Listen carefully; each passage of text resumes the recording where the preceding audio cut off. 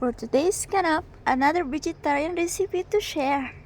Nagisa nga lang ako ng bawang at sibuyas at nilagay ko na ang mixed peppers. So ayun na nga, nilaglag ko na rin yung kusa or zucchini in English.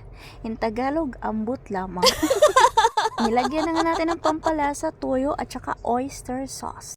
Tinakpan ko nga siya hanggang maluto and inad ko ang green onions and set aside. Meanwhile, gagawa tayo ng bechamel sauce. Same process lang din ng pinakita ko dati na bechamel sauce, and then ganun din, imekos-mekos until makuha mo yung thickness na gusto mo. Nga siya ng pampalasa, nor bruise cubes, and then salt and pepper.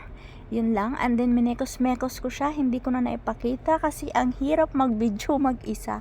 Alam nyo ba yun? As in, grabe.